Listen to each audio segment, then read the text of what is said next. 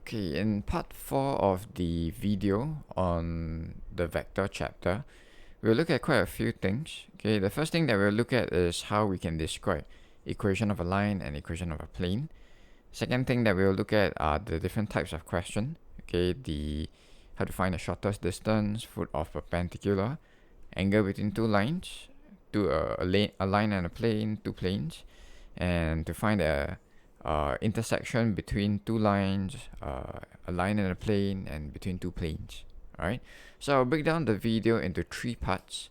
So the first part, I will focus only on the description of the equation of a line and a plane. Alright, so we start off with equation of lines. So equation of a line is just describing the location of points. Okay, so it's like collection of all the points that lies on the line. It forms me the equation, right? So to describe the points on the line, what I can do, right, is kind of to describe it in two steps. Step one, I need to have a fixed point on the line first. Okay, so let's call it point A. So this should be something given or something you should find first. And then the second thing is to find the direction of the line. Okay, we got the direction vector, usually we call it V. Okay, so think of V as the taxi moving in the direction of the line. So our journey now is to take the taxi starting from point A. Okay, so let's say you want to reach another point R. We start from point A, we take lambda number of taxi to reach point R.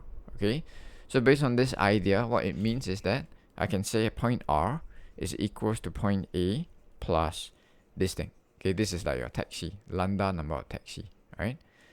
So what you can understand from this equation is that a different value of lambda returns you a different point on the line. Makes sense because you take a different number of taxi, right?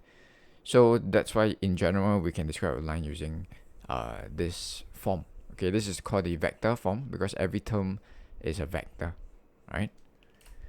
Okay, so let's look at an example here. So suppose you have the equation of a line like this. Okay, from the form you can pretty much guess that this blue point is a point on the line. So this is point A here. And this pink vector is the taxi, okay, the direction vector of the line, this one. Okay, then I can say that if I want to reach point B, okay, which is this point here, what I can do is to start from point A, okay, and I take one taxi, okay, one time, and I'll reach point B. So this is why there's I substitute lambda as 1. Okay, so point B will have this coordinate. Okay, I just need to simplify. Okay, point C, similarly, I'm just going to take the taxi 2 times. So that's why 2 times the taxi. And it simplifies to this thing. Okay, so this will be point C. Okay, so now we more or less convince why this equation describes the equation of a line. I just need to change lambda. It brings me to a different point. Okay, so to summarize, a vector equation of a line takes this form. Okay, each value of lambda gives me a different point. Alright. So other forms of equation. Okay, we have the parametric equation. Okay, what this parametric means is that it will describe each coordinate separately. Okay, so let's say it's a 3-dimension, you have the x coordinate, y coordinate, and z coordinate. So we describe how to find each of the coordinates separately. That's parametric. Cartesian equation is just an equation that tells me the relationship between the coordinates. That means it tells me how x is related to y, how is it related to z. Okay. So let's move on to parametric first. So we start off with the vector equation. Okay, we have this form. So all we need to do is to kind of rewrite it. Okay, I'm going to rewrite it as a column vector. So take note of a few things. Okay, first thing is that this vector here, x, y, z, is an unknown. Okay, it represents any point on the line. Okay, and then the right hand side, these two vectors are known. Okay, this is the position vector of a point. This is the direction vector. Okay, so if I merge the right hand side into one column vector, it looks like this. Then I can start to compare elements by elements, right? I can say x is equals to the first element here, y equals to the second, z equals to the third, like this. Okay, so this three equation will be the parametric equation of the line. Okay, because they describe the coordinates separately. See that? So each lambda tells me a different x, y, and z. Okay, so it's describing the x, y, z separately. Alright, so let's move on to the Cartesian equation. So what we understood earlier is that Cartesian means we want to find the relationship between x and y and z.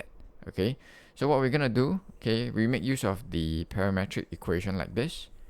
We will then focus on making lambda the subject. Reason because lambda appears in the tree equation here, right? So it is kind of the common term that will help us link the x, y, and z together. Okay, so what we can do now to make the lambda the subject for all three equations, it will look like this. Then I can conclude that, okay, the red term here, it must be equals to the blue term. It must be equals to the green term. Alright, so our Cartesian form will look like this. Okay, so all three forms are actually the same now. So let's say if I have a point, okay, let's say the point is 1, 2, 3. Okay, to check whether 1, 2, 3 is on the line, then all I need to do is to substitute x equals to 1, y equals to 2, and z equals to 3, and check whether it satisfies this equation. If it do, then we say that it lies on the line. Alright. Okay, so now we move on to planes, equation of planes.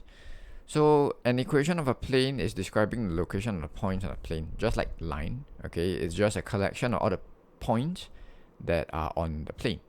Okay, so the idea is similar. We want to start from a point, and then we take some taxi to reach other points. But then here it is not as simple because to traverse a plane, one taxi is not enough. Okay, because a taxi only move in one direction, right? But a plane, if we talk about a plane in a three-dimensional space, it's like a paper. A plane is like a piece of paper. To traverse the piece of paper, I need at least two taxi, right? One is not enough. One only takes me in one straight line, something like that. Okay. Yeah, so this is what I was trying to say. 3-dimension, I need two taxi. N-dimensional, I will need n-1 taxi to cover the whole plane. Alright. Okay, so therefore the vector equation, it looks like this. R again represents any point on the line. So what you can do, you start from point A, you take some number of taxi V, some number of taxi U, and it will bring you to point R. Okay? Yep, so A represents the point A. This is their taxi. Lambda and mu, they are just the number of taxi to take. Alright? So let's look at an example. Okay, let's say you have a plane with this equation here. Then, okay, point A is your origin now. V is this vector, U is this vector. Okay, so let's say I want to reach a point B. Okay, how I can reach B? I start from point A. I take one taxi V and one taxi U. So based on my diagram, so what happens will be I'll start from A. I'll take one taxi V, so I'll reach here, and then I'll take another taxi U to reach point B. Okay, so that's how I can reach another point B. So let's say if I change the combination of the taxi to take, let's say now I take 0.5 taxi U and then take negative taxi V. Okay, so what this means is just you take 0.5 taxi U, so you can see that the distance traveled is lesser, and then negative V just means I move in the opposite direction. See that? Okay, so this will bring me to a new point, so I call this point C. Okay, so hopefully now you agree with why we can define equation of a plane this way. Okay, just start from point, move using two taxi. Alright. Okay, so yeah, this is just a summary. Okay, so the next form of the equation of a plane is called the scalar product form.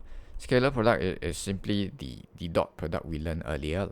Okay, so one of the characteristics is that if you take any position vector corresponding to the point on a plane, so what I mean is, for example, if you look at point A, okay, then I focus on the position vector of A, which is OA, this one, the green arrow.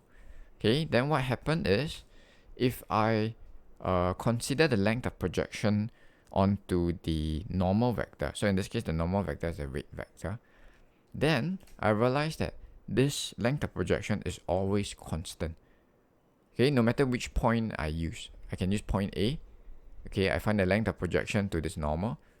It's the same as if I use point B, I find the length of projection to this normal. Okay, we look into the details lah. So for point A, okay, like I said, this is the position vector.